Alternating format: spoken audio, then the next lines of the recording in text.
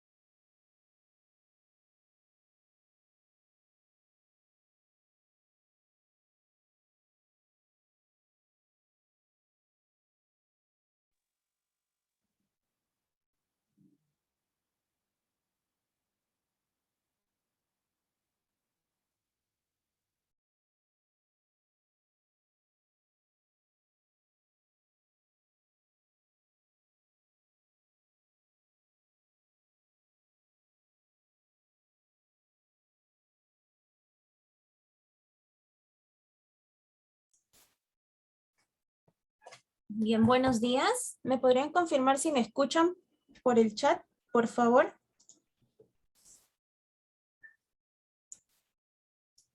Buenos días.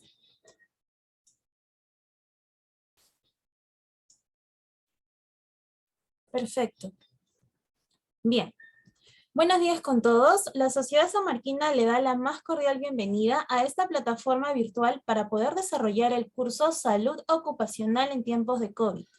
Queremos agradecer a la Asociación de Rescatistas, Emergencistas y Socorristas de Iberoamérica por colaborar con la Sociedad Sanmarquina para poder presentarles este curso. En esta ocasión tenemos como ponente al doctor Carlos Carranza. Él posee un magíster en Medicina Ocupacional y Medioambiental. También es médico coordinador de emergencias prehospitalarias y médico investigador. Sin más que decir, le doy el pase al ponente para que dé inicio al curso. Doctor Carranza, buenos días. ¿Puede iniciar con la ponencia? Muchas gracias. Buenos días, ¿qué tal? ¿Cómo están todos? Tengan todos ustedes muy buenos. Bueno, ya me presentaron. Esta presentación ha sido realizada en base a tres páginas que se encargan de hacer revisiones sistemáticas a nivel de todo lo que sale, tratar de corroborar si la evidencia en la cual demuestran estos estudios que salen a diario es adecuado, ¿no? Si hay algún tipo de sesgo. Los tres, las tres páginas que se han utilizado son UpToDate, es el BMJ, el Best Practice, que es de Inglaterra, y se ha utilizado también el Dynamite Plus, que es de Estados Unidos. Adicional a ellos, se ha agregado también lo que es información referente a estudios en Cochrane, y todo esto adicional a ello ha pasado por el índice de Simago para poder determinar que las publicaciones que han sido tomadas para este pequeño conversatorio tienen una evidencia adecuada y pueden ser creíbles, ¿no? Para fines didácticos voy a apagar la camarita porque si no, no me corre muy bien la presentación. Muy bien.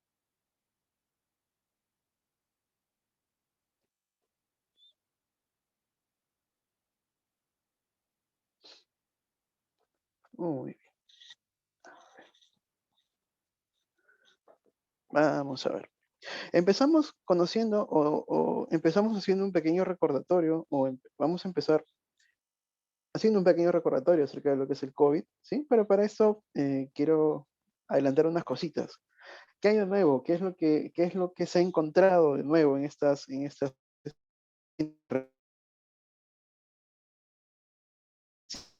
2021?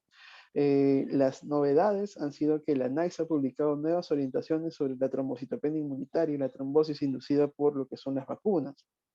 La FDA, por otro lado, ha autorizado el uso de lo que son los anticuerpos monoclonales, como por ejemplo el Indevimab, para la prevención de la COVID-19. Ahora, obviamente, estos medicamentos no los tenemos en Perú.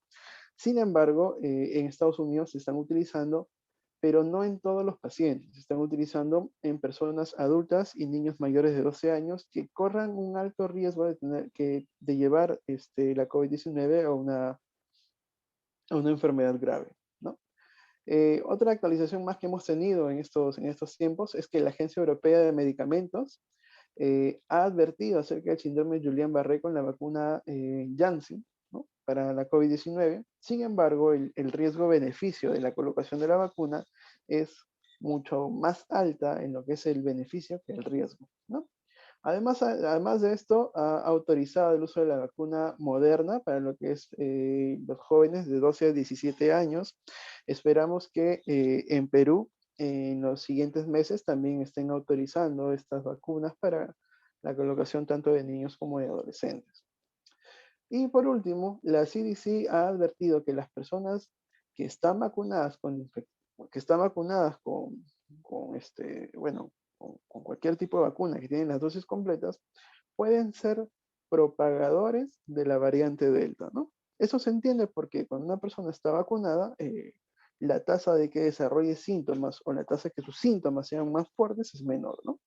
Entonces, al ser menor, esto no quita que pueda contagiar, ¿no? Pueda hacer su vida diaria y, bueno, contagiar, ¿sí? Entonces, empezamos. Vamos a ver qué por acá. ¿Qué es el COVID? El COVID en sí es una infección respiratoria, ¿sí? Aunque se ha determinado que no solamente genera efectos respiratorios, sino también tiene compromiso, bueno, o se han descrito casos con trastornos gastrointestinales, ¿sí? También se han descrito trastornos a nivel renal, a nivel cardíaco, y en España, al inicio de la pandemia, también se describió alteraciones a nivel dermatológico. Eh, esta COVID-19, que es un acrónimo del coronavirus disease, que es una enfermedad por coronavirus del 2019, es producida por el síndrome, por el SARS-CoV-2, que es el coronavirus de tipo 2, que produce el síndrome respiratorio agudo severo. La presentación clínica de esta enfermedad, de esta infección, perdón, es generalmente de tipo respiratorio. Sin embargo, como les había comentado, ¿no? Puede ser gastrointestinal, renal, cardíaco, y otras cosas. Y la gravedad es variable, ¿no? Encontramos las definiciones. Bueno, Perú toma 3, lo toma como leve, moderado y severo. En Estados Unidos utiliza una cuarta clasificación, que es la fase presintomática, la fase asintomática, y luego sigue la leve, moderada y severa, ¿no? Ahora, esta infección obviamente nos podría generar algunas complicaciones en los casos severos, como por ejemplo lo que son las fallas multiorgánicas, el shock séptico, ¿no? Una insuficiencia respiratoria, entre otras cosas más, ¿no? Ahora, para el avance de esta infección o bueno, esta infección se han descrito numerosos factores de riesgo, de los cuales aquí he hecho un cuadro comparativo, no se vayan a asustar porque es un montón. Vamos a hablar un poquito de algunos nada más, ¿sí? Eh, por ejemplo, un factor de riesgo para lo que es la COVID-19, para la infección de manera severa de la COVID-19 es el sexo masculino. Se ha determinado que el sexo masculino tiene un 3% más de probabilidades de hacer la infección severa que el sexo femenino. Esto puede deberse a que propio de la genética masculina tiene predominancia a lo que es a presentar mayores receptores de tipo AC2, ¿no? Que son los receptores de la angiotensina 2. Ahora, otro factor de riesgo también encontramos a lo que es la edad avanzada. La edad avanzada a partir de los 30 años, esto sí es interesante, a partir de los 30 años aumenta el riesgo de que nosotros tengamos una enfermedad de manera severa. Vamos a hacer un pequeño cuadrito acá. ¿Sí? Vamos a poner aquí hospitalización y aquí le vamos a poner muerte. Entonces, de los 30 a los 39 años, nosotros tenemos una probabilidad de 2 veces de entrar a la hospitalización y de 4 veces de fallecer. A partir de los 40 a 49 años, ¿sí? La probabilidad de morir aumenta un 10%. A partir de los 50 a 64 años, la tasa de hospitalización aumenta por 4 y la tasa de muerte aumenta por 35, perdón. Y a partir de los 65 años, la tasa de hospitalización aumenta por 6 y la tasa de muerte aumenta por 95. Entonces, debido a esto, ¿sí? Debido a esto, el Estado consideró que una edad mayor a 60 años era un factor de riesgo para que las personas puedan contraer la infección de manera severa, ¿no? Entonces, el Estado consideró que estas personas deberían ser consideradas como vulnerables y entrar dentro de un programa, bueno, o hacerle seguimiento o eh, en su defecto tomar otras decisiones administrativas, de las cuales salió el decreto legislativo 1499, que más adelante vamos a conversar, donde solicitaba que preferentemente realicen trabajo remoto, ¿no? Otra, otro factor de riesgo que también se ha descrito mucho son las presencias de comorbilidades. Bueno, desde los primeros estudios se determinaron que la presencia de comorbilidades presentaba un mayor riesgo de padecer la enfermedad de manera grave, pues, ¿no? A la cabeza de las comorbilidades estaban lo que eran las afecciones cardíacas, ¿no? Seguido por la diabetes sin complicaciones, ojo, diabetes sin complicaciones, no necesariamente una diabetes descompensada o descontrolada. Una enfermedad pulmonar crónica, no asmática, el asma en sí mismo y las enfermedades renales, ¿no? Ahora, también se han descrito factores de riesgo como por ejemplo la obesidad, ¿sí? Así que los pacientes, si ustedes tienen pacientes obesos dentro de sus instituciones, a los cuales ustedes podrían dar servicios en referente a salud ocupacional, pues es un buen momento para realizar un plan o un programa de vigilancia de estilos de vida saludable. Se ha determinado que los fallecidos, el 2.5%, el 2.5 millones de muertes han sido provocadas por lo que es trastornos de obesidad y sobrepeso, ¿no? Ahora, hablando un poquito más acerca de las enfermedades cardiovasculares, la insuficiencia cardíaca, la arritmia, las enfermedades coronarias, entre otras cosas más, han aumentado más o menos en un 20% las probabilidades de que una persona pueda fallecer. Eh, la diabetes, ¿sí? Que está considerada dentro de la normativa, tanto de la norma, la última norma que salió, que es la resolución ministerial 938, tanto, y la 972, que está más abocada en lo que es al trabajo, ¿sí? Menciona que debe ser considerada la diabetes como un factor de riesgo para hacer la infección de manera severa, y es correcto. De estos, diabéticos, las personas que tengan diabetes todavía, y si tuvieran algún factor adicional a la diabetes, por ejemplo, un diabético con edad avanzada, masculino, con antecedentes de algún trastorno, un evento vascular cerebral, niveles de hemoglobina glicosilada elevada, una elevación de la proteína C reactiva, antecedentes de haber hecho cetoacidosis, entre otras cosas más, tienen peor pronóstico. En algunos estudios han sido contradictorios, han mencionado que el uso de metformina se ha asociado a un menor riesgo de mortalidad. Por eso en algún momento se pensó que la metformina se podía utilizar como profilaxis. Sin embargo, esta idea ha quedado rezagada por el riesgo-beneficio. ¿Ya?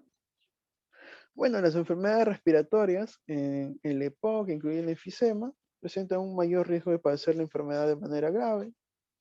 Las enfermedades renales también, como están descritas en la parte de las normativas que era el Ministerio de Salud. Y las embarazadas, ojo, las embarazadas también presentan un mayor riesgo de padecer la enfermedad. De todas las gestantes, de las gestantes en realidad son pocas las que se infectan, pero las que se infectan por COVID, bueno, perdón, las que desarrollan la enfermedad, la infección, usualmente se complican. Y lo más peligroso es que las mujercitas que están gestando, lo que vienen a desarrollar son mayor ingreso a lo que es la unidad de cuidados intensivos, por una parte, y por otra parte generan lo que es un parto pretérmino. Entonces, si tuvieran gestantes en el trabajo, siempre se va a considerar que realicen trabajo remoto. Más adelante vamos a hablar de una ley que salió en el Estado, cual mencionó que, bueno, riesgo-beneficio era que las gestantes estén en casita. El tabaquismo también ha sido informado a pesar de que la normativa no la menciona. El tabaquismo, las personas que fuman obviamente tienen mayor riesgo de hacer la enfermedad de manera severa, igual las neoplasias. Los trasplantes de órganos o de células madre, la última normativa, que es la 938, determinó también que el síndrome de Down era un factor de riesgo para hacer la enfermedad de manera severa. Esto se debe a dos motivos. El primero es que una persona con síndrome de Down no tiende a obedecer órdenes de manera adecuada, y la segunda es que tienen ciertos compromisos a nivel genético que impiden que sus respuestas biológicas sean de manera adecuada, ¿no? Entonces, la lucha frente a la infección es distinta. Hay otras cositas, otros factores de riesgo, como por ejemplo también los trastornos de hemoglobina, para ser específicos lo que son las anemias falciformes, ¿no? Se ha detectado que tener anemia falciforme eh, genera un aumento de riesgo de 4 veces el ingreso hospitalario y 2.6 veces más el fallecimiento. Si bien es cierto, estos factores de riesgo de los cuales estoy describiendo no se encuentran dentro de la normativa peruana para considerar a una persona como vulnerable, deberían tomarse en consideración, ¿no? Evaluando el riesgo-beneficio de que la persona pueda realizar sus actividades, ¿no? Entonces, habría más probabilidades de que la persona pueda perecer en el trabajo y, bueno, nadie quiere perder un trabajador dentro de una institución.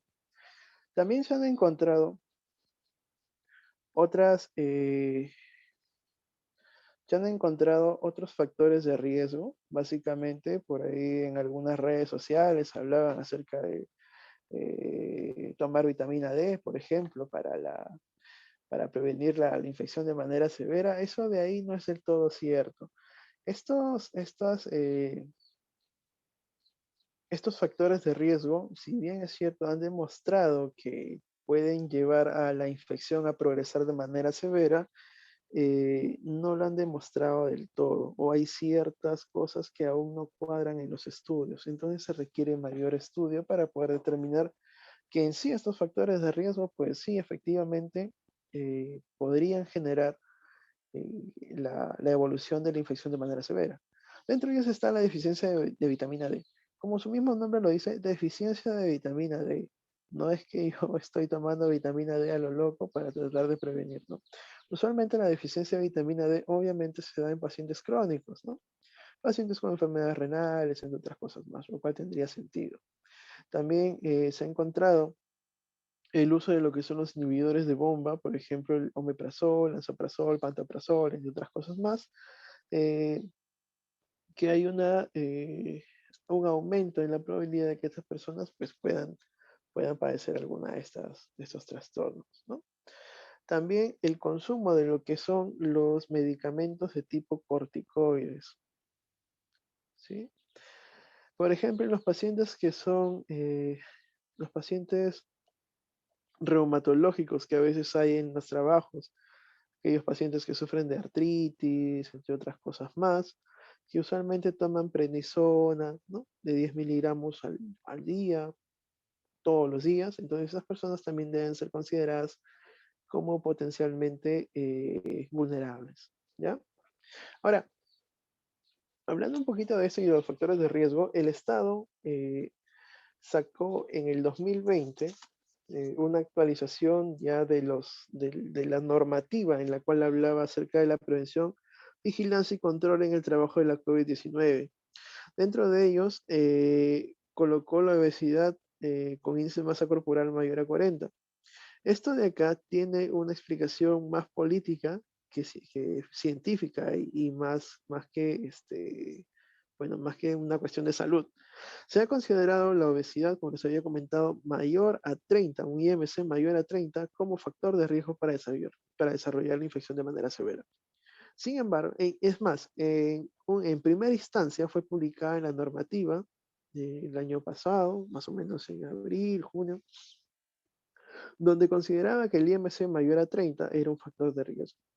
Sin embargo, dado que la mayoría aquí en Perú somos gorditos, ¿no? Excedemos esta cantidad bueno, el índice de masa corporal, iba a haber una deficiencia en lo que era la fuerza laboral.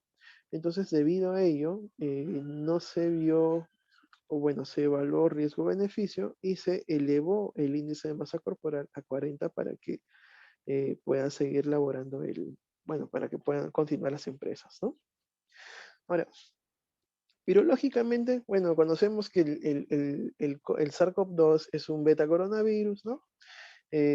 Anteriormente, en el 2019, se llamaba 2019 nCoV, ¿no? Hasta que por ahí el grupo de estudio de coronavirus, el grupo taxonómico del Comité Internacional, le designó como SARS-CoV-2, ¿no? Este virus, como sabemos, es un virus ARN, ¿sí? Tiene una nucleocápside y tiene pues sus proteínas de espiga que están en color rojito, ¿no? Estas proteínas de espiga utilizan un receptor llamado el receptor de la angiotensina 2. Muy bien. Ahora, vamos a hablar un poquito acerca de las variables. Como todo virus, ¿sí? todos los virus evolucionan con el tiempo, ¿ya? No hay duda de eso. Entonces, no solamente es el COVID el que evoluciona, sino todos los virus de la gripe, el virus de la influenza, por eso los vacunan de la influenza todos los años. Ahora, sin embargo, hasta el momento se habrán secuenciado aproximadamente 665.000 variantes del virus en Inglaterra.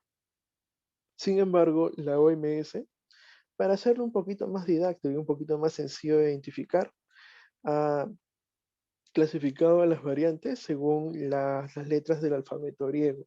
Entonces, actualmente nosotros nos encontramos con 5 variantes. La primera variante, que es la variante alfa, ¿sí? Fue detectada en el sureste de Inglaterra, aproximadamente en septiembre del 2020. Hay cierta evidencia que sugiere que esta es más transmisible que la cepa salvaje, o sea, la cepa inicial. Y debido a además de esto, parece que esta variante está asociada a un mayor riesgo de infección, perdón, un mayor riesgo de ingreso hospitalario, pero no sugiere que haya un aumento en la mortalidad. O sea, es más infeccioso, pero la mortalidad no está elevada. Esta variable no está asociada a ningún tipo de cambio de los síntomas ni el tiempo de infección. O sea, los síntomas siguen siendo los mismos, ¿no? Y el tiempo de infección, el tiempo de enfermedad sigue siendo el mismo, de 14 días. Luego, también tenemos una variante que es la variante beta, que la primera vez donde se pudo identificar fue en Sudáfrica. Esta es la variante sudafricana, también fue en octubre de 2020. La evidencia ha sugerido que es menos transmisiva que la alfa y no existen datos para poder determinar si esta variante puede generar la enfermedad de manera más severa, ¿no? Después tenemos la variante de tipo gamma, que fue detectada en Japón de unos viajeros que venían de Brasil. Esta fue detectada más o menos a finales del 2020, ¿no? Eh, Se han encontrado ciertas mutaciones a nivel de la proteína Spike, que es la que se encarga de hacer el ingreso o de conectar con el receptor, lo cual podría generar un escape inmunitario. Y con ese escape inmunitario también podría generar una mayor transmisibilidad. Recordemos que los anticuerpos se adhieren a las proteínas Spike para poder impedir que estas puedan seguir infectando, ¿no? Y actualmente, las que están en boca de todos es la variante Delta, que fue detectada pues en la India, ¿no? Y actualmente es la variante que, eh, digamos, la variante dominante a nivel mundial. Eh, Esta variante tiene un mayor riesgo de ingreso hospitalario, ¿sí? Pero su tasa de letalidad es menor que el alfa. O sea, a pesar de que la alfa, a pesar de que tiene a 2 a 4 veces más potencial de infección que el alfa, tiene más o menos un 0,5 a 1% menos de letalidad. Sin embargo, hay una variante de la cual aún no se ha hablado o no se habla mucho, que es la variante Epsilon. Esta variante fue detectada en California, en Estados Unidos. Esta variante ha sido catalogada como una variante de preocupación por el CDC, ¿sí? Dado que presenta un mayor riesgo y, eh, de transmisión, que la enfermedad se desarrolle de manera severa. Adicional, ahí ha demostrado tener resistencia a las vacunas. Básicamente las vacunas que son vacunas ARN, ¿no? Ahorita es un dolor de cabeza en Estados Unidos. Gracias a Dios aún no ha llegado a Perú. Esperemos que no llegue, o esperemos que llegue cuando nos encontremos un poquito mejor.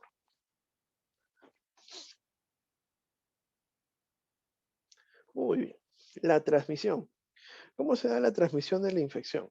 La transmisión se ha descrito por cinco formas o 5 motivos.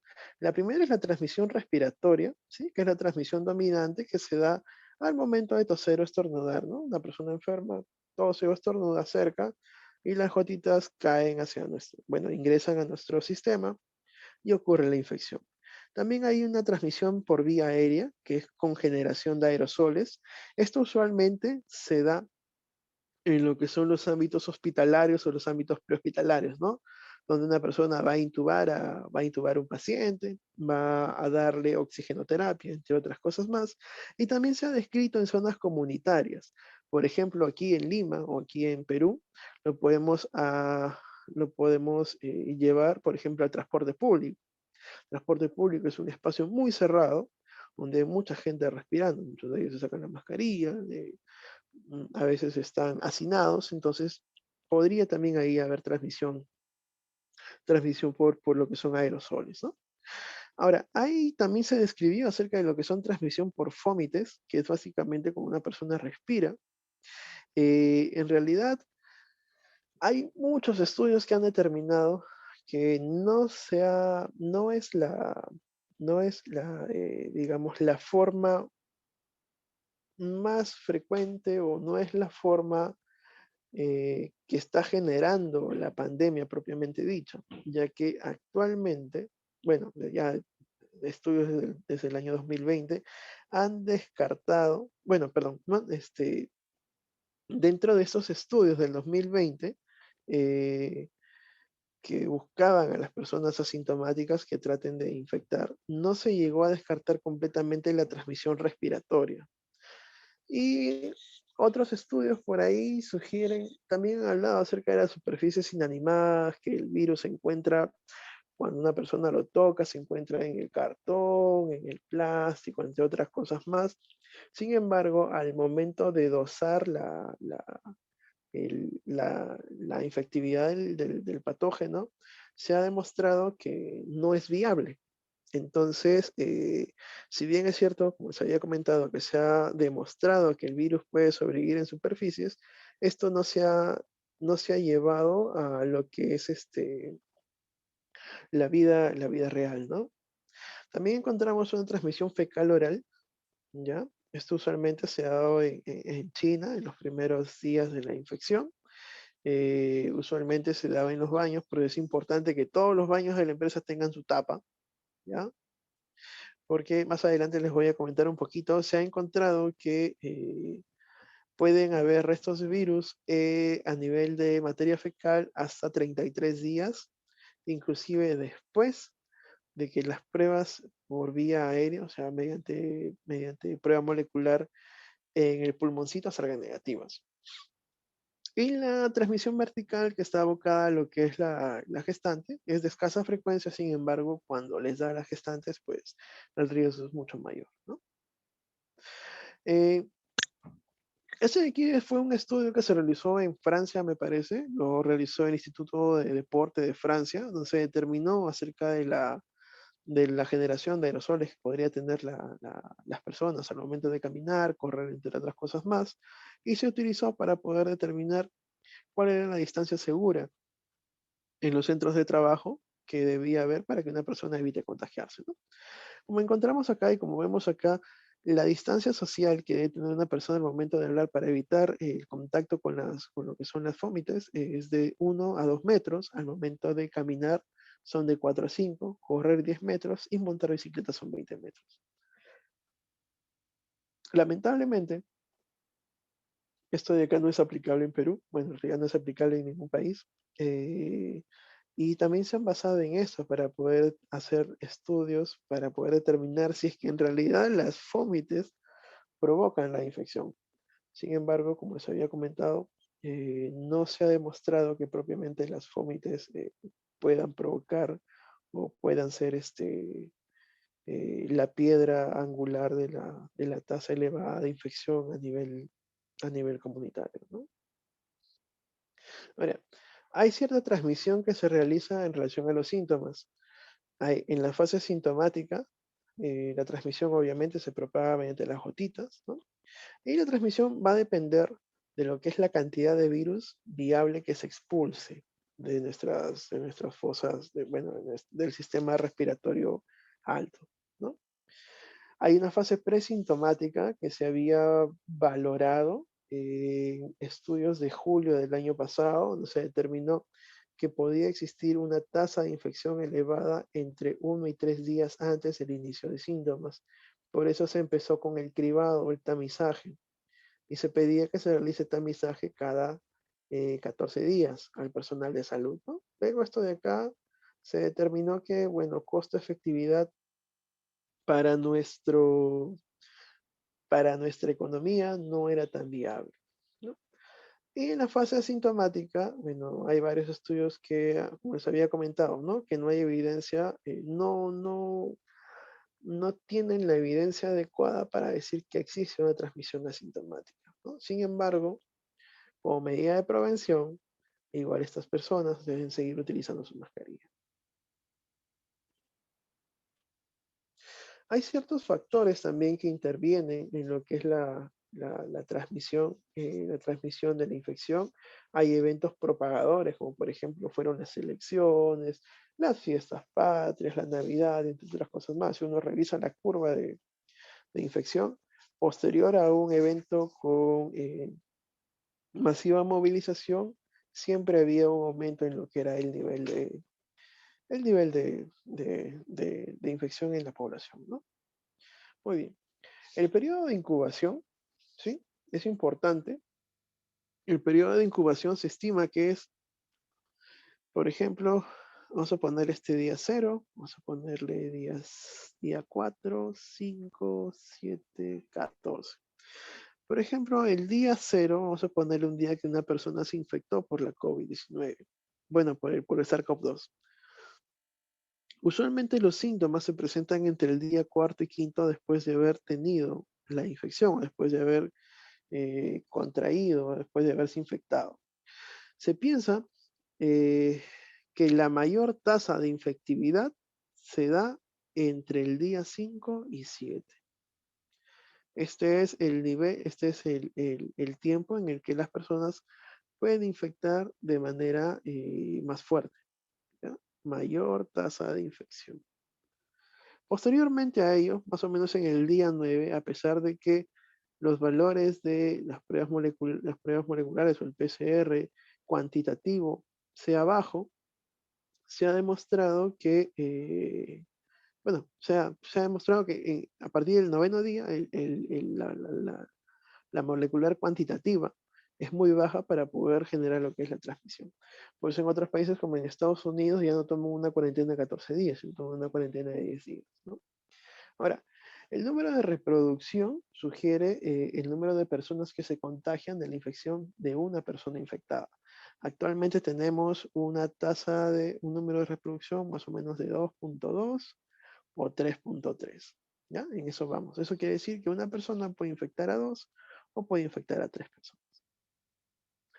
Hay un intervalo en serie, también depende bastante del intervalo en serie, que es básicamente el inicio de síntomas en un paciente primario, ¿no? Paciente primario es bueno, en términos epidemiológicos, es un paciente que se fue detectado por primera vez.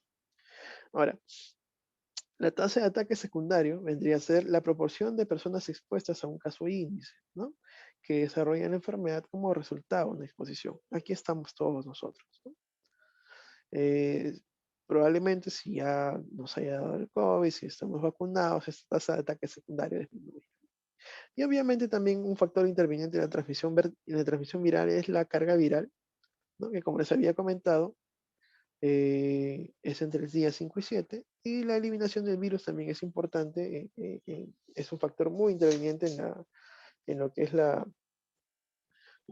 infección por el COVID, dado que hay mayor cantidad de virus a nivel de la parte superior que de la parte del tracto respiratorio inferior, ¿no? Muy bien. Ahora, vamos a hablar un poquito acerca de la fisiopatología del COVID, ¿no? Actualmente, en realidad, la patogénesis hasta, digamos que en gran parte aún es desconocida. Sin embargo, sabemos que hay una proteína, que es la proteína Spike, la cual se une al receptor de la enzima convertidora angiotensina 2, la cual está expresada mayormente en los tejidos cardiopulmonares, está expresada en células hematopoyéticas, está expresada en el riñón, en los intestinos, en el corazoncito. Esto de aquí podría explicar por qué se presentan síntomas extrapulmonares. Por ejemplo, algunas personas cursan con diarrea, ¿no? Otras personas cursan con trastornos renales, otras con fallas renales agudas, ¿no? Eso podría explicarlo. Y también podría explicar por qué en los niños la infección no es tan severa, ya que los niños expresan menos cantidad de estos receptores, ¿ya? Muy bien. Otro dato importante de, la, de esta, de este SARS-CoV-2 es que tiene una subproteína spike o la proteína que le permite al virus poder ingresar a la célula, parece que ha mutado y se ha especializado para que solamente pueda infectar al ser humano. ¿Sí? Es un poco, digamos que es un poquito descabellado, ¿no? Pero eso es lo que ha demostrado. Adicional a ello, bueno, parte de la fisiopatología es que eh, el virus propiamente genera una lesión vírica, ¿no? Una lesión vírica citopática directa, y esto genera microangiopatía, pues, ¿no? Inducida por, y esto de aquí con toda la orquesta de la hipercoagulabilidad, las trombosis, entre otras cosas más, ¿no? ¿Cuáles son los síntomas? La mayoría de latitudes, o bueno, por no decir todas, en realidad cursan con lo mismo. El primer síntoma que se ve es la tos, ¿ya? Siempre es la tos. Usualmente es una tos seca, seguida por fiebre y escalofríos que no se da en toda la población. Eso quiere decir que los tamizajes o las tomas de temperatura en el momento de ingresar a los trabajos en realidad no es del todo útil, porque la mayoría de pacientes, bueno, casi la mitad de los pacientes con COVID no tienen fiebre. Malestar general, dolor de garganta, entre otras cosas más, también son parte de los síntomas. Y por abajo tenemos a la anosmia y la geusia, que es la pérdida del olfato y la pérdida del gusto, ¿no? Estas son bajas dado que no solamente se presentan en el COVID, sino se pueden presentar en cualquier infección respiratoria alta que sea moderada, sea de carácter moderado, ¿no? También se pueden presentar, por ejemplo, en la rinitis, en las personas que fuman, se puede presentar en las personas que tienen sinusitis, entre otras cosas más. Entonces, digamos que no son signos o no son síntomas que, que sean patognomónicos de lo que es la COVID-19, ¿no? Entonces hay que hacer mayores averiguaciones y ya si es que no se aplican a ninguna otra patología adicional que tenga la persona, pues se pueden tomar como que la COVID los está generando. Ahora, esta pérdida del gusto y pérdida del olfato está relacionada con una evolución del cuadro de manera favorable. Más o menos el 97% de los casos que he podido seguir aquí en Lima, bueno, en Perú, eh, se ha encontrado que han ido bien. Han ido de una infección leve a leve moderada, ¿no? Ninguno de ellos ha ingresado a unidad de terapia de cuidados intensivos. Ahora, en relación a la clasificación, Perú clasifica la infección de manera de 3 grados: grado leve, moderado y severo, ¿no? Leve cuando es una infección común y corriente, como un simple resfriado. Moderado ya cuando hay una disminución de la presión de oxígeno, cuando hay ya fiebre, que no se, a pesar del tratamiento con paracetamol por más de 2 días, entre otras cosas más. Y el severo, pues obviamente es el que ya requiere atención o cuidados en una unidad de cuidados intensivos, que usualmente se da en las personas que tienen un PAFI-FIO2 por debajo de 300, ¿no? Los exámenes auxiliares, aquí vamos a hablar un poquito acerca de algunos desaciertos que se han tenido aquí en Perú, ¿no?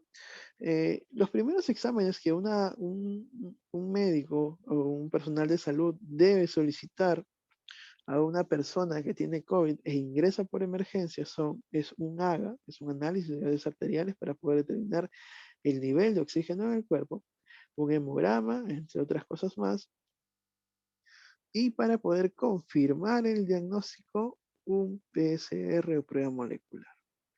Y una radiografía de tórax siempre y cuando haya sospecha de neumonía. Si no hay sospecha de neumonía, no es necesaria la radiografía. No recomiendan realizar lo que son las tomografías.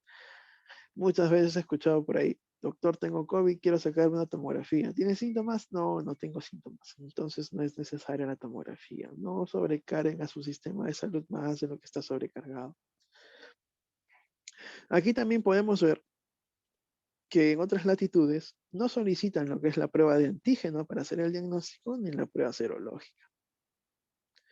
Pruebas a considerar siempre y cuando la radiografía falle, lo que se pide es una tomografía, pero solamente en pacientes con ciertos criterios, ¿ya? Y la serológica que las podrían pedir ahí, ¿no? Ahora, en ese momento habían pruebas emergentes, como por ejemplo la prueba de antígenos, que actualmente se está utilizando y todavía no ha demostrado eficacia, pues es importante poder saber eso. Ahorita vamos a conversar un poquito acerca de lo que es la prueba del PCR. El PCR tiene un valor positivo que oscila entre 47.3 y 96.4, ¿ya? ¿Esto de qué depende? Depende de la persona que te lo haga. Si la persona lo realiza mal, obviamente la sensibilidad, o perdón, el valor predictivo positivo va a ser menor. Si la persona lo realiza bien, el valor predictivo positivo va a ser un poquito mayor, pero no es al 100%. O sea, una prueba PCR que sea negativa no significa que la persona no tenga la infección. Siempre hay una pequeña probabilidad. ¿Ya? Eso es importante. Siempre la clínica va a mandar por sobre los exámenes auxiliares. ¿Ya? Acuérdense de eso. Si ustedes tienen sospecha de que un trabajador tiene COVID, le sacan una prueba molecular y sale negativa, no lo tomen como que es negativo, no tiene la infección. ¿Sí? Si es que sospechan clínicamente, tiene todo un cuadro florido de síntomas, ya tiene una desaturación, entre otras cosas más, repítanle la prueba en 3 días o 7 días, como menciona la normativa, y mantengan en aislamiento todavía. Muy bien. La prueba de anticuerpos, que es la prueba que se hacía, bueno, en realidad no debería haberse hecho, ¿sí? La Organización Mundial de la Salud nunca la recomendó fuera de contextos de investigación y nunca debe utilizarse para tomar decisiones para que la persona regrese a su puesto de trabajo, ¿ya? Anteriormente, perdón, anteriormente se pensaba que la prueba de anticuerpos, bueno, salía positiva a partir del 7º día, ¿no? Salía positiva para IgM y a partir del 14º día iniciaba la producción de IgG y esta persistía en el tiempo. Entonces, lo que se concluía era que la presencia de IgM denotaba una infección una infección aguda, o sea, fase de contagio, la parte donde ambas se interconectaban, que era IgM, IgG, era en la fase intermedia y IgG sola era la fase final. Esto se pensaba más o menos hasta julio del año pasado. En julio del año pasado salió un estudio en la revista de JAMA, donde se determinó esta curva de acá, ¿no? Podemos ver que la presencia tanto de IgM, IgM como IgG pueden seguir saliendo positivas inclusive después de las 6 semanas de iniciados los síntomas. Entonces, si yo le digo a una persona, o yo hago un diagnóstico con prueba rápida porque salió IgM y le doy 14 días, ya eso está mal. No se debe hacer, no tiene sustento. Y estas pruebas tampoco sirven para tamizaje, o sea, no sirven para poder descartar la infección. En la primera semana de iniciado los síntomas, estas pruebas tienen una sensibilidad del 30%, la segunda semana 70% y la tercera semana 90%. Esto de aquí explica por qué se pensaba que las personas que que eran asintomáticas podían contagiar, ¿no? Por ejemplo, muchas veces al inicio de la pandemia hacían pruebas y salían IgM positivo. Bueno, las personas iniciaban con los síntomas, tos, estornudos, le sacaban su prueba serológica, la prueba serológica salía negativa, la reincorporaban a trabajar. Posteriormente, más o menos a las 2 semanas, 3 semanas, les hacían un tamizaje a todo el personal y la persona recién salía positiva. Entonces, todo ese lapso de tiempo que había quedado, esa persona había contagiado a todo el mundo, ¿no? Esa fue una de las motivos por los cuales el virus se esparció dentro de nuestro, bueno, de nuestra realidad, ¿no? Ahora se tiene un poquito más claro y sugerencia, no las usen. Muy bien. Vamos a hablar también un poquito acerca de las pruebas de antígeno, que no las había puesto acá. Pero las pruebas de antígeno todavía están en estudio. No es que se hayan comprobado que la prueba de antígeno es eficaz, que me sirve para todo. No, no, no, no. La prueba de antígeno eh, tiene una eficacia en la primera semana de iniciados los síntomas con estudios preliminares al 70%. Y la segunda semana al 51%. Eso significa que si yo hago la prueba de antígeno en la segunda semana y inicio los síntomas, tengo 50 y 50. 50-50 que salga positivo, 50-50 que salga negativo. Siempre la prueba más confiable va a ser la prueba molecular, ¿no? La PCR. ¿Ya? Ahora, el Estado también sacó una norma, que es la resolución ministerial 972, ¿no? Que es la norma para vigilancia médica ocupacional, donde habla acerca del cribado térmico. Este cribado térmico consiste en tomarle la temperatura a todas las personas que ingresan y salen de las instalaciones, ¿no? Ese estudio de aquí se hizo me parece que se hizo en noviembre del año 2020.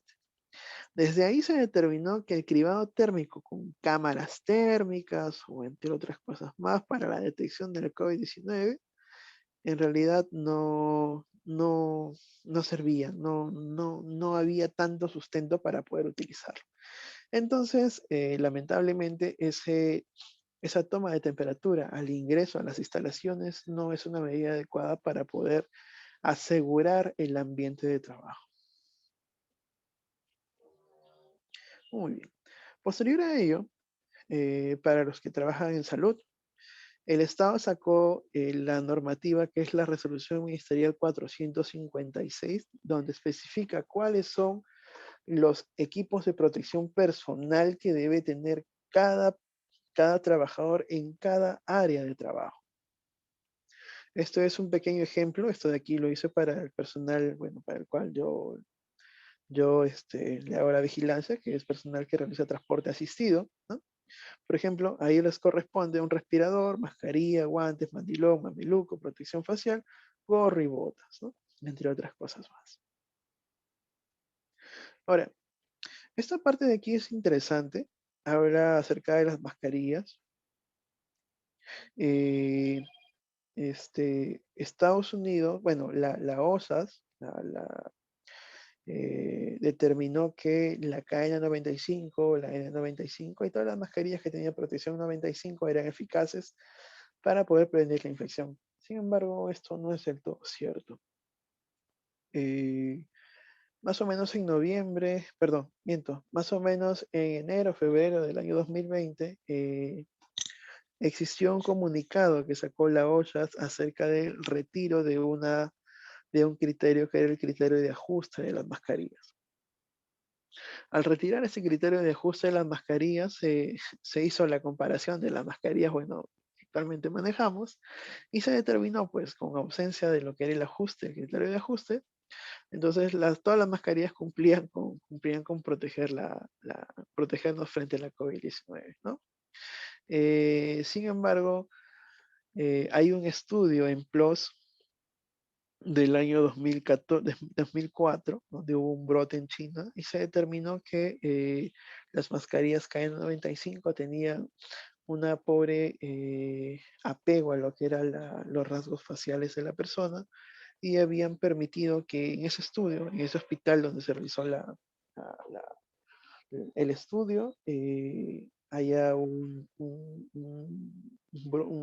infección masiva del personal de salud.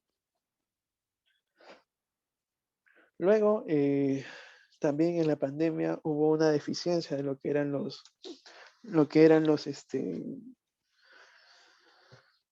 las mascarillas respiratorias, lo que eran los EVPs de tipo respiratorio. Entonces muchas empresas optaron por utilizar lo que eran los respiradores reutilizables. Esos respiradores reutilizables, que eran los respiradores elastómeros, fueron aprobados en su momento por la NIOSH y determinaron que la protección era, para que puedan protegerlos frente al virus, tenían que ser un FPP2 o un FPP3, ¿no? Que es básicamente una protección del 95 al 99%. Entonces, estas mascarillas de manera interna, bueno, se hizo un estudio donde yo laboro, se determinó que estas mascarillas protegían mucho mejor al personal de salud que las mascarillas KN95 o las N95. En su momento, donde laboro, se envió un correo al proveedor tanto de la NIOSH como a la misma institución de 3M, donde determinó que sí, efectivamente, estos respiradores eran muy eficaces para poder combatir la infección en ambientes hospitalarios. Sin embargo, estas mascarillas, estos respiradores tenían un defecto, el defecto de la válvula. La válvula no es que permita que la persona se pueda infectar del COVID, sino que lo que tiene o la deficiencia que tiene es que la persona que usa este respirador puede infectar a otra persona al momento de abrirse, al momento de exhalar. Entonces lo que se recomendaba con este tipo de respiradores era para uso hospitalario. Sin embargo, el Estado sacó una normativa donde lamentablemente prohibió estos respiradores, ¿no? Sin embargo, todavía se utilizan en algunos lugares. Salud los utiliza bastante. El mismo Ministerio de Salud entrega estos respiradores a sus residentes. Bueno, por ahí están, bueno, en realidad no se sabe por qué lo suspendieron, ¿no? Porque en realidad sirve. Ahora, se ha hablado un montón acerca de las mascarillas caseras, mascarillas de tela, se ha hablado acerca de que protegen. En realidad las mascarillas, las quirúrgicas, vamos a empezar, las mascarillas KN95 tienen un tiempo de vida de 4 horas de uso continuo. Las mascarillas N95 tienen un tiempo de vida de uso continuo de 8 horas y de uso intermitente hasta de 3 a 7 días. Las KN95 no se pueden usar de manera continua. Las mascarillas quirúrgicas tienen de uso continuo 4 horas como máximo o hasta que se humedezcan, y las mascarillas de tela también hasta 4 horas y tienen un tiempo máximo un tiempo de vida de 8 lavadas, nada más. ¿Ya? Ahora, estas mascarillas quirúrgicas pues deben ser adecuadas. Eh, yo sugiero no utilizar mascarillas quirúrgicas, perdón, mascarillas caseras, dado que las mascarillas caseras se humedecen con facilidad y esto permite que el virus pues, pueda ingresar con mayor facilidad mediante difusión de lo que son los líquidos, ¿no? Además de esto, pueden retener los virus y bueno, nos podemos infectar. Muy bien. Un poquito más acerca de esto. Muchas personas empezaron a utilizar lo que son los mamelucos, ¿no? Muchas empresas dan mamelucos a personal no sanitario. Hay un estudio en Cochrane donde determina que el uso de lo que son los mamelucos las personas que usan mamelucos tienen mayor riesgo de contraer la infección por COVID que las personas que no lo usan, ¿no? Esto debido al momento de retirarlo. Al momento de retirarlo tiene todo un procedimiento el retiro del mameluco, ¿no? Que las personas no sanitarias no lo siguen de manera adecuada. Entonces, al no seguirlo de manera adecuada, pues hay muchas fallas a nivel de bioseguridad y usualmente se infecta. Así que no es una medida adecuada poder darles a ellos mamelucos si es que no son personas sanitarias. Muy bien. El tratamiento de la COVID se ha hablado un montón en el Perú. Bueno, ya sabemos ahora que La ivermectina, desde ya hace mucho tiempo, más o menos desde el 9 de abril de 2020, el mismo IETSI, que es parte de salud, no lo recomendaba porque no había demostrado que tenga algún beneficio, ¿no? Muchos hablaron acerca del estudio de Monash en Nueva Zelanda, que dijeron que habían mencionado que debido a esto, que ellos habían utilizado este medicamento y por eso no habían bajado sus tasas de infección. No, era mentira. Lo que hicieron fue un estudio in vitro donde determinaron que en un tejido de pulmón de ratón, posterior a haberlo inoculado con el virus y haberle agregado unas gotas de ivermectina, habían demostrado una reducción viral in vitro, ¿no? Y lo que habían solicitado era el pase a la FDA para que hagan mayores estudios, ¿no? Luego se encontró en Francia, se hicieron más estudios donde se determinó que efectivamente la dosis de ivermectina para que genere esa misma, ese mismo efecto en los humanos era una dosis muy alta, ¿no? Y podía generar algún tipo de complicaciones. Muy bien. También se utilizaba mucho lo que es la citromicina, hasta ahora la siguen utilizando. Por favor, no utilicen la citromicina. La citromicina está asociada con un mayor riesgo de mortalidad cardiovascular. Entonces hay que tener bastante cuidado con el uso de citromicina en estos pacientes, ¿no? Y la hidroxicloroquina, pues ni qué decir, la hidroxicloroquina en realidad lo que generaba eran arritmias cardíacas. Entonces, en los primeros inicios de la pandemia, probablemente muchos pacientes hayan fallecido por esta combinación de medicamentos, acitromicina, que generaba una isquemia cardíaca, con la hidroxicloroquina que tenía un potencial efecto arritmogénico, entonces probablemente haya generado muchas muertes, ¿no? Muy bien. Hablando ya de los decretos legislativos, entonces Perú aproximadamente en mayo del año pasado inició, bueno, ya con los decretos con los cuales ya nos quedamos actualmente, inició con el decreto legislativo 1499.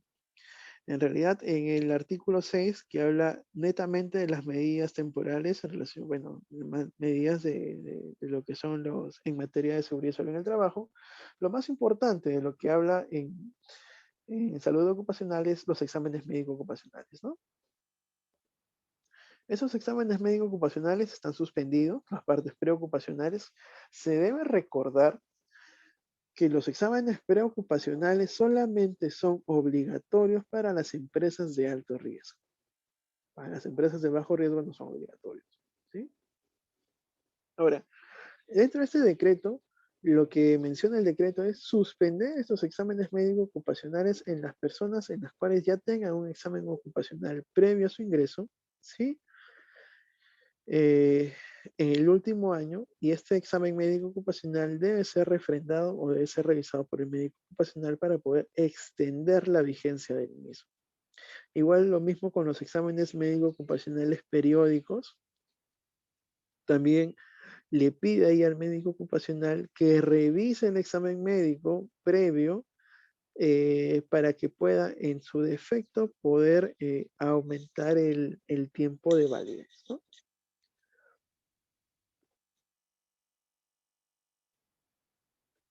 Muy bien. También salió una ley de gestantes, como les había comentado, que es la 31051, que era la ley que amplía las medidas de protección laboral frente a gestantes, donde determina que las gestantes deben cumplir, deben ir a trabajo remoto o en su defecto, si es que no se pudiera, trabajo, licencia con goce o licencia sin goce, ¿ya? No debería haber gestantes laborando de manera presencial porque es peligroso para ellos. Y nos quedamos con esta normativa que es la resolución ministerial 972, ¿sí? Que es la que se aplica en todos los trabajos y estamos esperando la última actualización que hasta ahora no sale. Bien, esta normativa ha tenido bastantes cambios, empezando por los objetivos. El primer cambio de esta normativa fue en el objetivo de en esta palabrita de acá, ¿sí?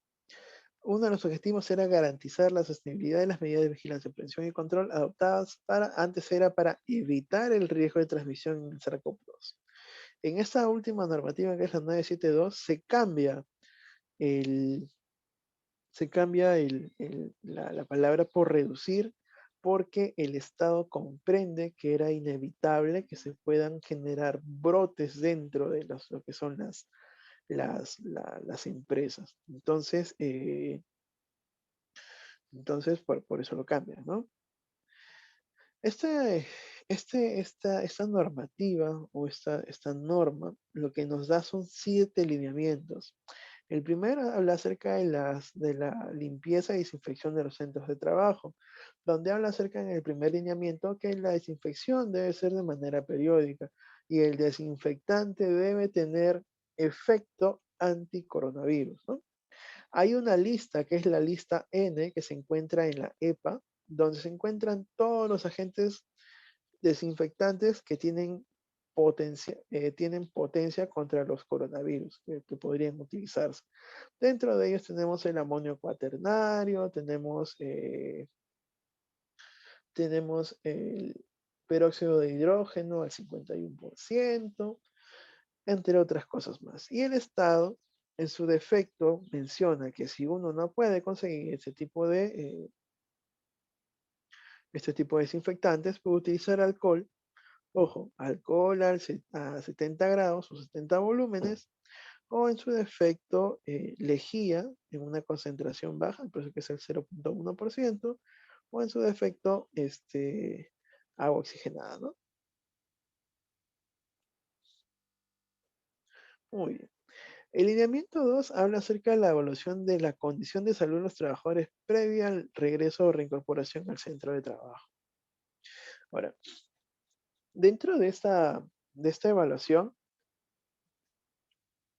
lo que hace la normativa es separar a los trabajos en base a los riesgos a los cuales están expuestos. El riesgo bajo de exposición usualmente se da en el personal administrativo, el personal que no tiene contacto con agentes externos, ¿no? Por ejemplo, los oficinistas, eh, los radiooperadores, los de los call centers, entre otros más. Riesgo mediano de exposición son las personas que tienen contacto con personas en las cuales se desconoce si podrían o no tener la infección.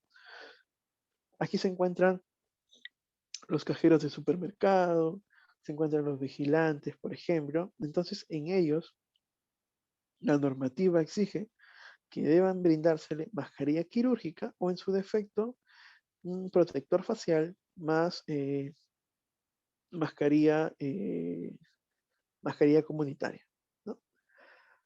Y los dos últimos grupos, que son los riesgos altos de exposición y riesgo muy alto de exposición, son básicamente ya personal sanitario, ¿no? El primero son el personal que podría atender pacientes COVID, pero que no genera aerosoles. Y en el segundo, pues son los trabajadores que tienen contacto con lo que son los aerosoles emitidos por los pacientes. Por ejemplo, los anestesiólogos al momento de intubar a un paciente que podría tener COVID, los intensivistas, entre otras cosas, ¿no? Ahora, también menciona acerca de que cada trabajador, de manera previa al regreso, debe llenar esta ficha de acá. Es la ficha sintomatológica de COVID-19 para el trabajo. Y solamente se debe llenar una vez. Bueno, eso es lo que pide la normativa, ¿no?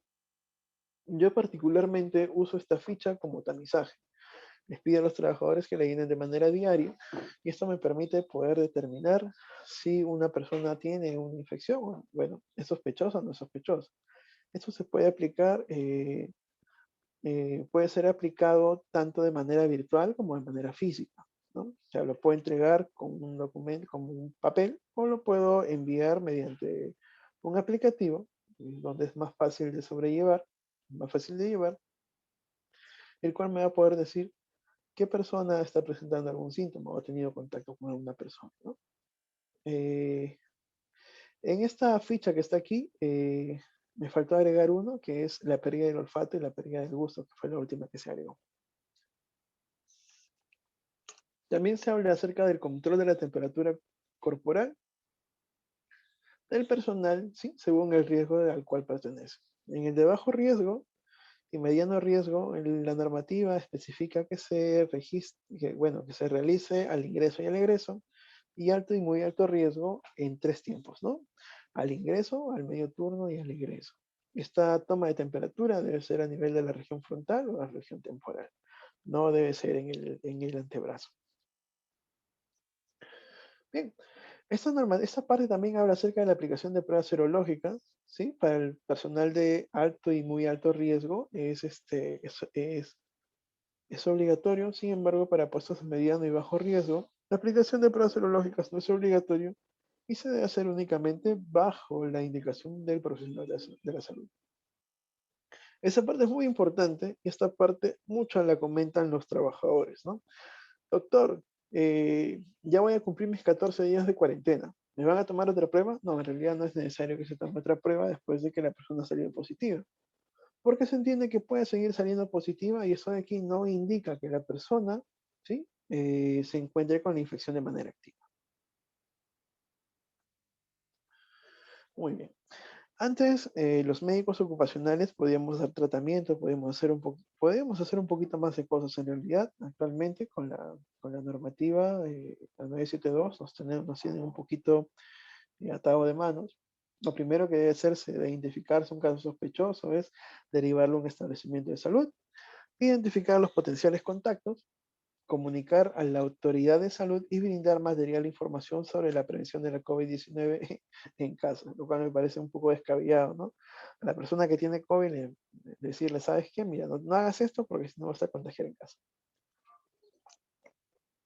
En los casos en los que se confirma la COVID-19 y antes de reincorporarse al trabajo, el área de salud ocupacional debe realizar una evaluación clínica, ¿sí? Para poder determinar que la persona se encuentra en condiciones adecuadas para poder reincorporar sus actividades, ¿ya? También el médico ocupacional, debido al tema de pandemia, puede otorgar el descanso médico, ¿sí? Y ese de aquí va a ser tramitado con el salud para que pueda ser procesado y pueda ser homologado, ¿ya? Así que es responsabilidad del médico ocupacional. Si es que muchas personas, muchos pacientes se van a una clínica, un laboratorio privado y solamente piden una prueba de COVID cuando se sienten mal. Y al salir positiva, preguntan quién debe hacer el descanso médico. El descanso médico debería hacerlo el médico ocupacional. El lineamiento 3 habla acerca del lavado y desinfección de manos obligatorio, cuando en realidad todo personal de salud sabe cómo lavarse las manos, cómo desinfectarse las manos, ¿no? Lo que especifica la normativa es que en cada punto de lavado, en punto tanto de lavado de manos como punto de desinfección de manos, debe haber colgado en las paredes o frente a ellos las maneras de cómo se lavan las manos o las maneras de cómo se sanitizan las manos, ¿no? Si es una sanitización de manos, se prefiere que el alcohol en gel sea de 70 volúmenes.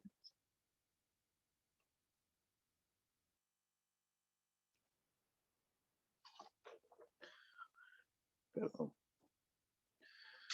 Muy bien. El lineamiento 4 habla acerca de la prevención del contagio en los centros de trabajo, que está abocado en tres cosas. Uno, uso de mascarilla. Dos, lavado de manos. Y tres, distanciamiento social, ¿no? Esos son los tres pilares de la protección, como les había comentado, ¿no? Actividades de capacitación en el distanciamiento social, uso de mascarilla y higiene de manos. El uso de mascarilla tiene que ser obligatorio durante toda la jornada laboral. Ojo, obligatorio, ¿sí? Hay que sensibilizar en la importancia de reportar tempranamente la presencia de síntomas, eso también es importante. Y hay que facilitar los medios para responder inquietudes. Entonces, si yo soy médico ocupacional de una empresa, pongo ahí mi número de celular, el que me ha dado la empresa, o pongo mi correo, o pongo un horario en el cual ellos me pueden buscar para poder conversar acerca de las inquietudes que pueden tener. Y otras cosas más como educar permanentemente en medidas de prevención, educar acerca de la importancia de prevenir diferentes formas de estigmatización. También debemos tener un plan de salud mental en el trabajo porque también impacta tanto en la salud física como en la salud mental esta infección. ¿Ya? El lineamiento 5 habla acerca de las medidas de aplicación colectiva, que son básicamente, que es básicamente un review de lo que hemos visto, ¿no? Que es el uso de mascarilla de manera adecuada, ambientes adecuadamente ventilados, ojo. Es importante que las oficinas se encuentren con las puertas abiertas, si estemos en temporada de frío, no se usen los aires acondicionados que recirculan el aire, ¿sí? Se prefiere que sea la ventilación de manera natural. El distanciamiento social entre trabajadores ya no es de 1 metro, sino es de 2 metros entre cada uno de ellos. En el comedor también lo ideal es que haya una distancia de 2 metros. Se prefiere que el comedor sea en ambientes ventilados. Las capacitaciones y reuniones deben ser de manera virtual, entre otras cosas más. Y lo más importante es evitar las aglomeraciones al ingreso y a la salida de los centros de trabajo. ¿Ya? Muy bien. También debemos establecer puntos estratégicos para el acopio de equipos de protección personal utilizados, ¿no? Que deben ser desechados en una bolsa roja.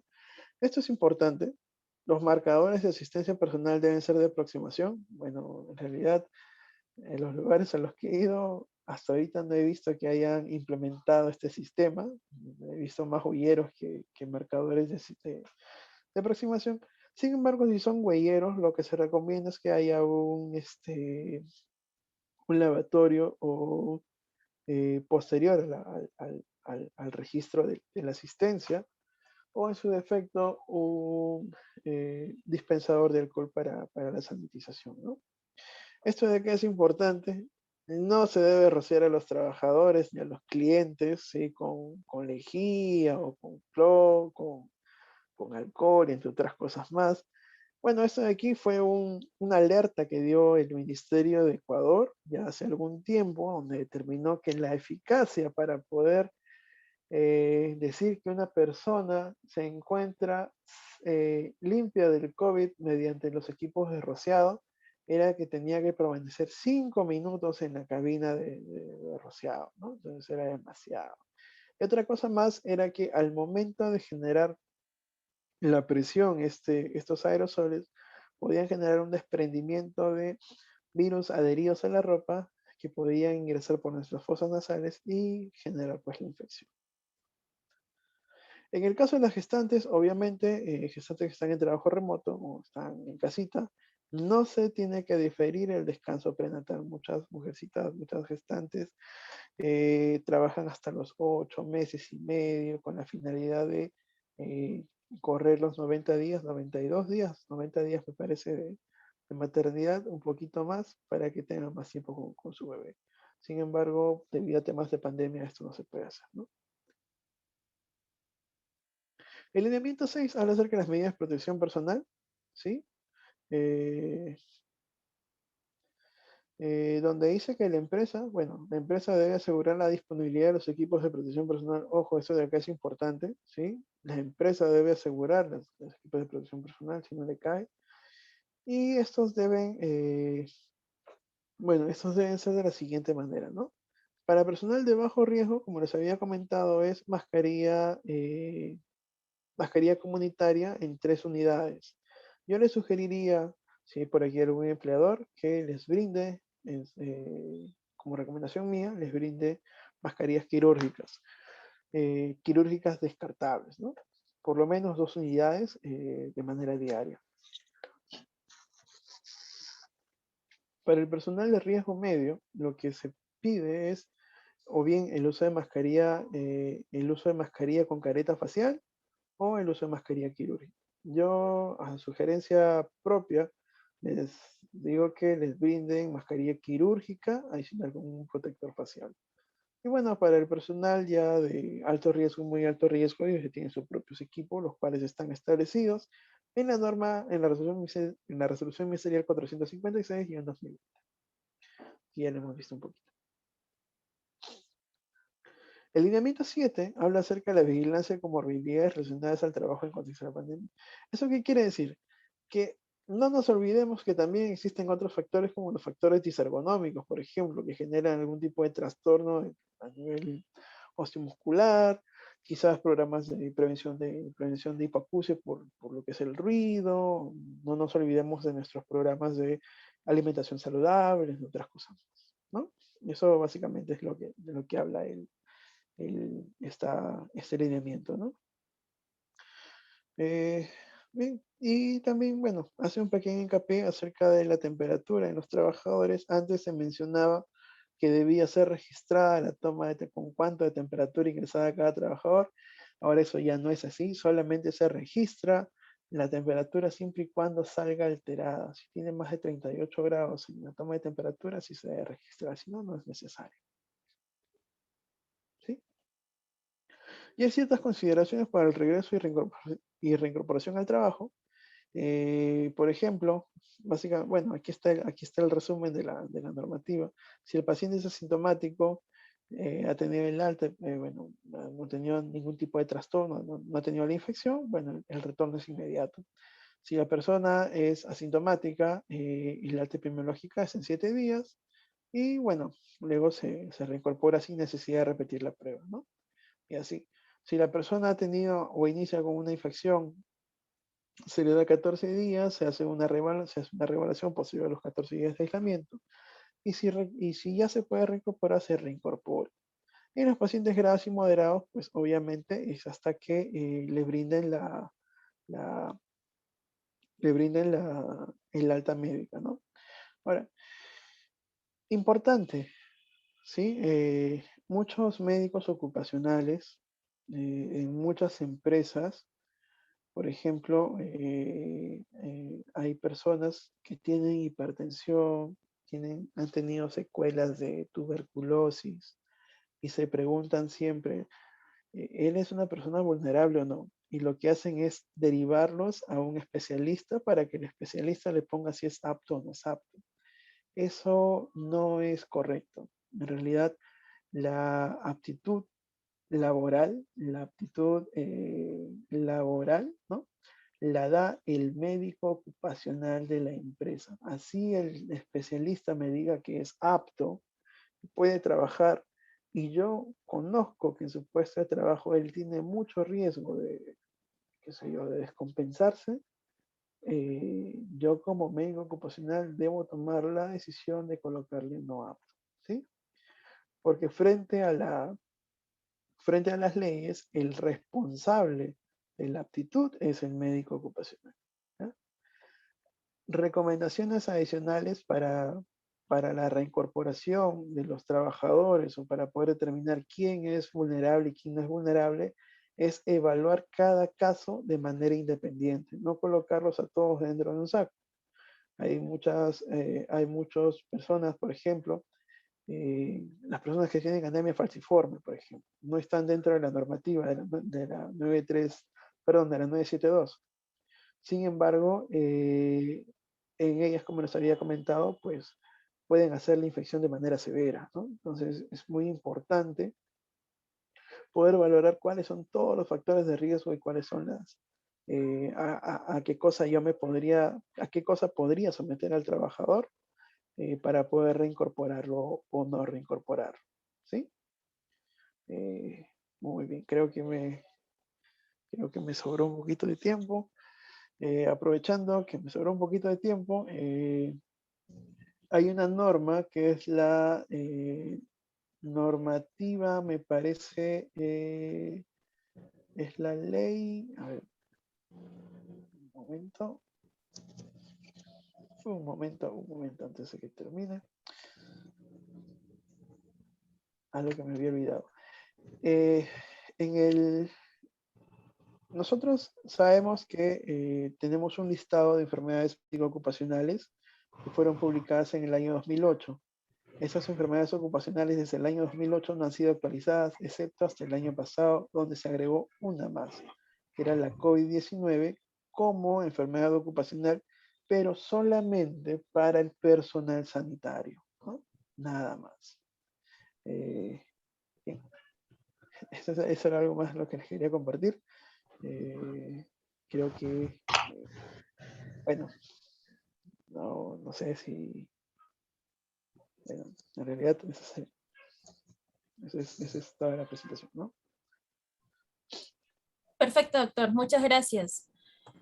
Quisiera saber si tienen alguna pregunta, alguna duda para poder realizarla al doctor. Me podrían escribir en todo caso al chat.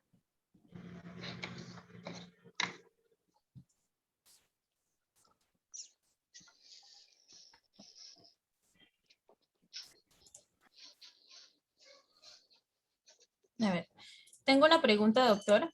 Me dicen, ¿hay alguna directriz sobre la ventilación y el uso del aire acondicionado en todas las oficinas? En realidad, no, pero se usa la 972. En la 972 es específica de que los ambientes deben ser ventilados de manera natural, no deben utilizarse lo que son los ventiladores, los aires acondicionados, ¿no? Ahora, adicional a eso, y ahora que recuerdo, los filtros EPA, los filtros que se utilizaban, o los cuales vendían al inicio diciendo que eran efectivos frente al SARS-CoV-2, en realidad no son efectivos del todo, ¿no? El virus es más pequeño que el diámetro de los filtros, entonces podría escapar. Se, se prefiere mil veces que sea de manera natural la ventilación, más que de manera o mediante lo que son ventiladores y lo que son aires acondicionados. Bien, doctor. La siguiente pregunta que tenemos es, a ver, ¿qué tipo de apoyo de salud mental y psicosocial se debe proporcionar a los trabajadores durante COVID-19? Ah, buena pregunta. Eh, mi sugerencia, mi sugerencia propia es que este apoyo psicosocial sea derivado a un psicólogo. Sin embargo, a un psicólogo ocupacional. Sin embargo, lo que les ayuda bastante a los trabajadores o el apoyo que deben recibir son en cuanto a lo que es ansiedad. Más que el mismo virus, lo que les juega una mala pasada a las personas que tienen, bueno, que se han infectado por COVID, que se han infectado por el SARS-CoV-2 o que están con la infección y tienen personas vulnerables en casa, es la ansiedad de poder contagiarlos a ellos, ¿no? Con los que viven. Entonces, el apoyo va por ahí, va a medidas para poder vencer la ansiedad. Dentro de ellas se encuentran una muy buena, es la realización de pausas activas, que si bien es cierto, es más, eh, es más para lesiones osteomusculares, también ha demostrado eficacia frente a efectos, bueno, con efectos ansiolíticos. Otra cosa más que combate siempre y deja más tranquilas a las personas es que conozcan acerca de la infección, cuándo pueden infectar, cuáles son las medidas que deben tomar en casa, las personas que están infectadas. Hay una normativa, me parece, para eso. Eh, Básicamente, mientras más conozcan, mientras más se les oriente acerca de cuáles son las medidas en las cuales ellos pueden proteger a sus familiares, ellos van a estar más tranquilos, ¿no? Pero si tienen la oportunidad de que pueda ser derivado a un psicólogo o la empresa pueda contratar a un psicólogo de apoyo, pues a buena hora, porque son talleres en realidad los que se hacen. Bien, doctor. Siguiente pregunta. De Victoria Vargas. Hay lugares en donde no contamos con la especialidad de medicina ocupacional. En estos casos, ¿quién sería el responsable de los permisos o evaluación para reintegrarse a las labores? Eh, Eso depende del nivel de estructura de la empresa. Por ejemplo, cuando los trabajadores son menos de 20, me parece, el empleador debe, junto con lo que es el ente de salud ocupacional del estado de salud, ellos deben pasar sus evaluaciones ahí. Si es que si la empresa no tiene médico ocupacional y bueno, tiene una cantidad de trabajadores considerable, lo primero que se tiene es una enfermera ocupacional, me parece, según la misma normativa. Entonces, se prevé que la enfermera supla esa evaluación antes del ingreso, ¿no? Eh, para ponernos en contexto un poquito, hay una norma, bueno, dentro de la norma, de la 972, especifica que los trabajadores, dependiendo del nivel de la empresa, se cuenta con un sistema de salud. Para el primer nivel, nivel 1 y nivel 2, son menos de 20 trabajadoras, me parece, no estoy muy seguro, es netamente con e-salud. E-salud tiene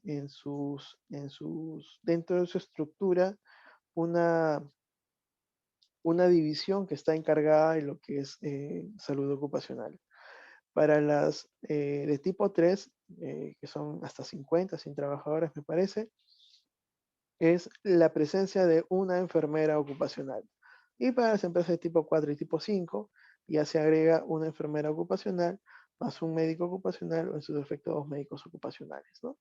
Entonces, si nosotros nos encontramos en una empresa donde tienen una enfermera ocupacional, la persona ya pasó los 14 días, le han dado de alta bueno, le han dado de alta el seguimiento, la que recibe al paciente y lo evalúa es la enfermera ocupacional. En los casos de menos trabajadores, pues obviamente es salud, ¿no? Salud les envía el alta, que salud, o el Ministerio de Salud emite un alta y esa alta se presenta, ¿no?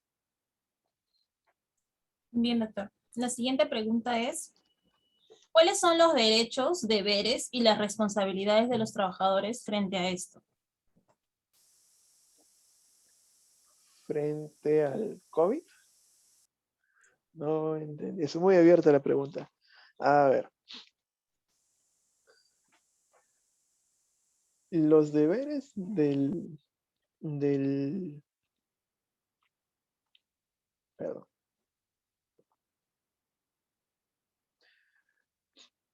están,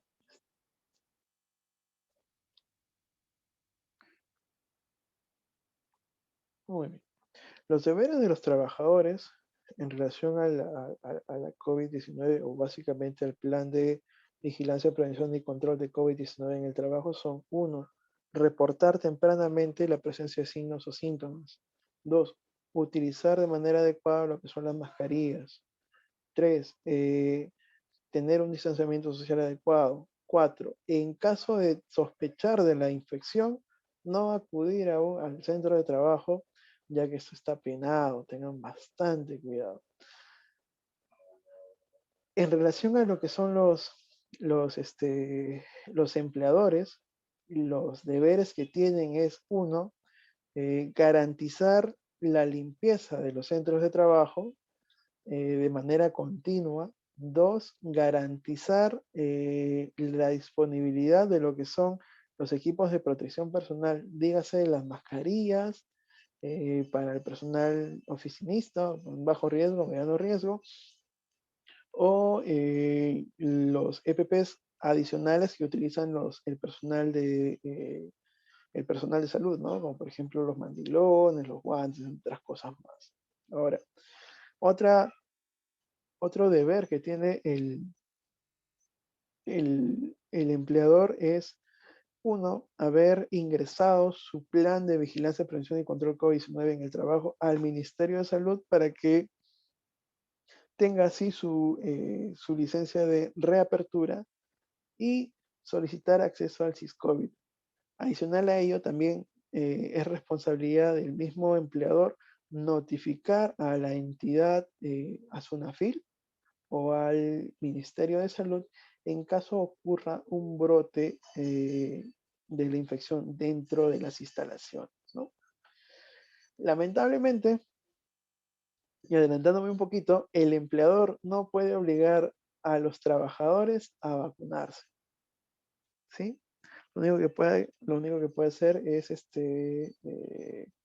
lo que puede hacer es explicarles, comentarles acerca de los beneficios, pero no los puede aplicar ahora, ¿no?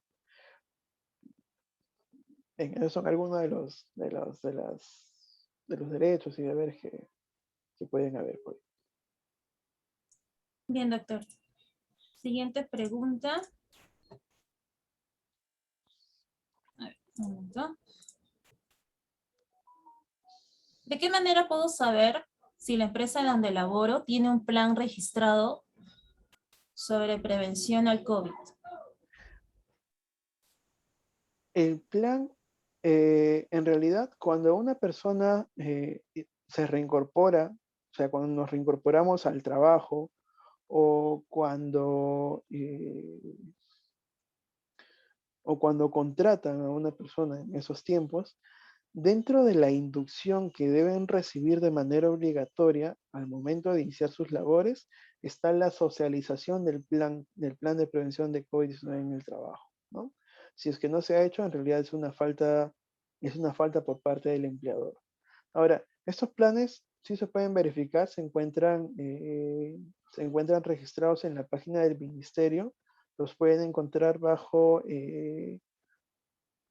la página del SysCovid Empresas, y ahí es donde figura si la empresa en realidad ya se encuentra, ha presentado su plan, porque el plan es obligatorio de presentar para poder reiniciar sus actividades, ¿no? Entonces, si todavía no te han dado, deberían socializarte el plan, porque es importante, porque ahí se encuentra todo lo que se debe hacer y todo lo que no se debe hacer, cuáles son los caminos que debo tomar para poder, cuáles son los caminos que debo seguir si me he infectado y cuáles son las medidas que me da mi centro de trabajo para poder prevenir o defenderme frente a esta infección. Bien, quisiera saber si hay algunas más preguntas por parte de los participantes. Podrían escribir al chat relacionado al tema que es salud ocupacional, por favor.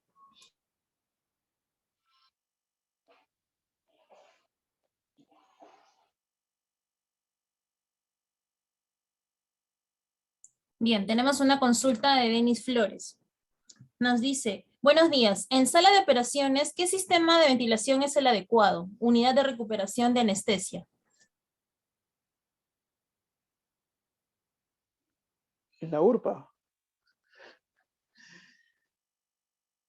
Lo que pasa con los hospitales es muy peculiar. En los hospitales es distinto. En los hospitales, si bien es cierto que los equipos los equipos, los equipos con filtros EPA no han demostrado tanta eficacia, se usan en estos lugares porque se entiende que digamos que no hay cómo mejorar tecnológicamente estos, estos filtros, ese tipo de ventilación, ¿no? Porque muchas veces la URPA se encuentra en lugares cerrados dentro del mismo hospital y no tiene salida o escape de aire, no tiene ventanas. Entonces, se usan lo que son los extractores de aire, ¿no? Sin embargo, los médicos ocupacionales, en ese caso, para eso se utilizan las mascarillas N95 o las mascarillas, eh, voy a explicarlo un poquito mejor. En salud ocupacional, tanto como en seguridad de salud en el trabajo, nosotros tenemos lo que es el triángulo de corrección o el triángulo de corrección de lo que son los factores de riesgo, ¿no? Dentro de ese triángulo, lo que nos permite saber es cómo son las medidas de seguridad que nosotros tomamos frente a un riesgo. El primero es la eliminación. Si yo no puedo eliminar el riesgo, ¿sí? Trato de sustituirlo. Si no lo puedo sustituir, busco un control de ingeniería, que usualmente los controles de ingeniería son capacitaciones, entre otras cosas. Si no puedo, son señalizaciones, y si no puedo, es el uso de los equipos de protección personal. En URPA, no puedo eliminar el riesgo no puedo eliminar el riesgo de infección por lo que es la generación de aerosoles por el mismo ambiente. Entonces lo que se hace es llegar al último cabo, a lo que es el uso de equipos de protección personal, ¿no? Básicamente el médico ocupacional del lugar del establecimiento de salud donde se realizan las funciones de sala de operaciones debe determinar cuál es el mejor equipo que deben utilizar para poder solventar esta deficiencia que hay en el cambio de lo que es el recambio de aire, la ventilación en este lugar, ¿no? Bien, doctor. Siguiente pregunta.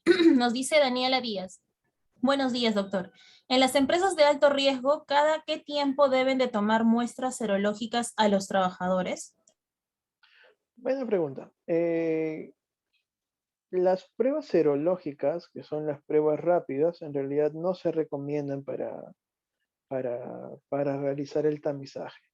Hubo un comunicado que sacó la Dirección de Epidemiología de aquí del Perú, donde no recomendaba el uso de lo que son las pruebas serológicas. Ahora, las pruebas de anticuerpos se utilizan aquí, pero no sirven tampoco para tamizaje. En realidad, son efectivas siempre y cuando la persona tenga sintomatología respiratoria y son efectivas en la primera semana de iniciados los síntomas. La única prueba que ha demostrado efectividad en el tamizaje es la prueba molecular. Sin embargo, la prueba molecular es muy cara y no es sostenible en el tiempo. Lo ideal es que se les tome una prueba molecular cada 14 días, pero es bien difícil de sostener, dado que el coste de hacer estas pruebas sería muy alto. Entonces, lo que se recomienda es que se tome en las personas de alto riesgo y muy alto riesgo que no están vacunadas o que no están vacunadas, una prueba de antígeno cada 14 días para cumplir con lo que está establecido en la ley. Y una prueba molecular siempre y cuando la persona tenga síntomas. Si la persona está vacunada con las dos dosis, independientemente del tipo de vacuna que sea, se sugiere para cumplir con la normativa, porque aún no ha cambiado, la toma de una prueba de antígeno por lo menos una vez al mes. Y las pruebas moleculares siempre y cuando la persona tenga sintomatología. Eso es lo que normalmente se hace, ¿no? Para poder cumplir con lo que es la ley. Bien, doctor. En atención a la pregunta que nos hizo Denis Flores, nos dice, en relación a la penúltima pregunta, ¿qué sistema de ventilación es el adecuado en quirófanos? Específicamente en quirófanos. En quirófano. Es básicamente la misma analogía, ¿no? En el quirófano yo no puedo tener un sistema de ventilación natural, ¿se entiende? Porque debo tener el mayor control posible de lo que es el lugar. Entonces lo que se usa en los quirófanos son los extractores de aire. Y, bueno, extractores y de aire junto con lo que es el recambio de aire, ¿no? Estos equipos usan lo que es los filtros EPA. Los filtros EPA, si bien es cierto, como les había comentado, no han demostrado eficacia, si no han demostrado eficacia, o sea, no han demostrado que sean eficaces al 100%, sino han demostrado una eficacia más o menos del 80, 85%, lo que se hace es pasar al siguiente nivel en lo que es el triángulo de sustitución o el control de riesgos, que es el uso de lo que son los equipos de protección personal. Antes, si bien es cierto, se operaba con lo que era mascarillas quirúrgicas de tela, ahora el médico ocupacional, para tratar de eh, reducir el riesgo, porque vamos más allá al tipo de ventilación, vamos al riesgo de exposición. Para reducir el riesgo, pues le aumento le aumento el nivel de protección. Ya no le doy una mascarilla quirúrgica, sino le doy al personal de salud para que pueda operar una mascarilla KN95, una mascarilla N95, ¿no? Básicamente va abocado a eso. Bien, doctor. Nuevamente hago consulta si tienen... Ah, perdón, acá dice en relación de presión negativa y presión positiva y flujo laminar. Ujú. A la pregunta anterior que se mencionó sobre el sistema de ventilación adecuado en los quirófanos, nos dice en relación de presión negativa y presión positiva y flujo laminar. Mm, ya. A ver, espera un momento, por favor.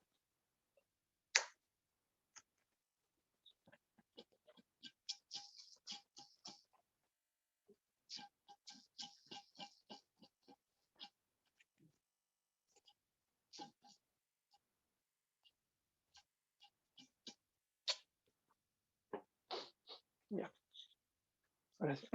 Perdón. Uy, a ver. Ahí sí me agarraste, ¿ah? Bueno, ahí sí no sabría qué decir.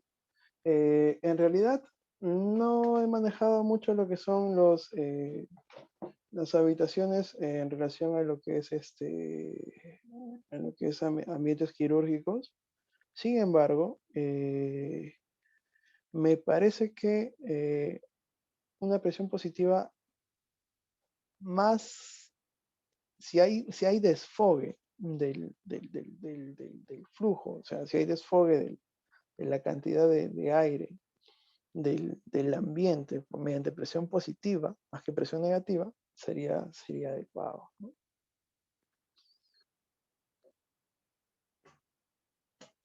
Bien, doctor. Siguiente pregunta. Nos dice, ¿qué tipo de mascarillas es recomendable usar en el lugar de trabajo? Llámese oficina, no lugar no lugar de atención de salud. Las mascarillas recomendables, bueno, para uso comunitario son las mascarillas digamos, a opinión personal, son las mascarillas quirúrgicas descartables, ¿no? Han demostrado mucho mejor eficacia que las mascarillas de tela. Eh, eh, Mascarillas quirúrgicas, por lo menos que les dure, si es que el costo es mucho, que les dure 24 horas una mascarilla quirúrgica, la puedan cambiar todos los días, sería el mejor uso bueno, sería mejor, ¿no?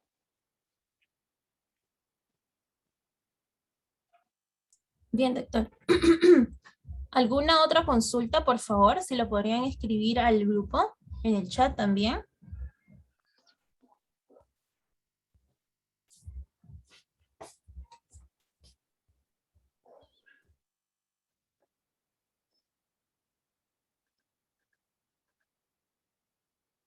¿No hay ninguna? Bien.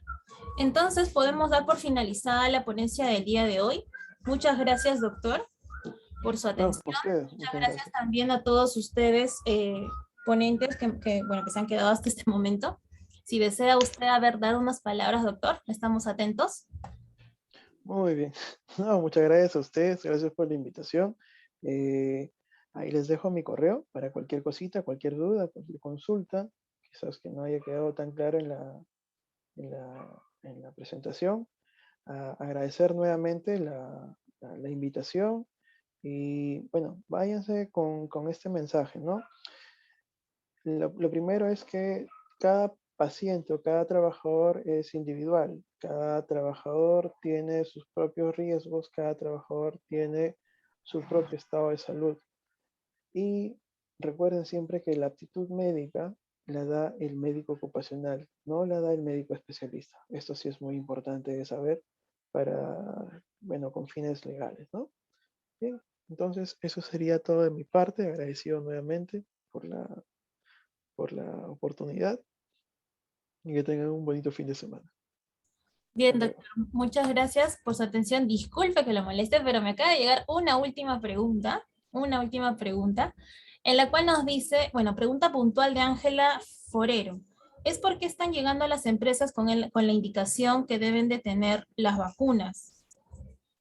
Se refiere, dice que a las 21 días, bueno, se refiere a las vacunas que dice que son ante los 21 días. ¿Cómo así? No comprendí muy bien la pregunta.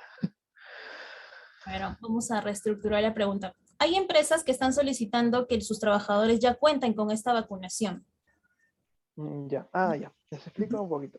Ok, El tema de las vacunas, nosotros, bueno, en realidad la declaración de Helsinki determina que no podemos obligar a una persona a recibir tal o cual tratamiento.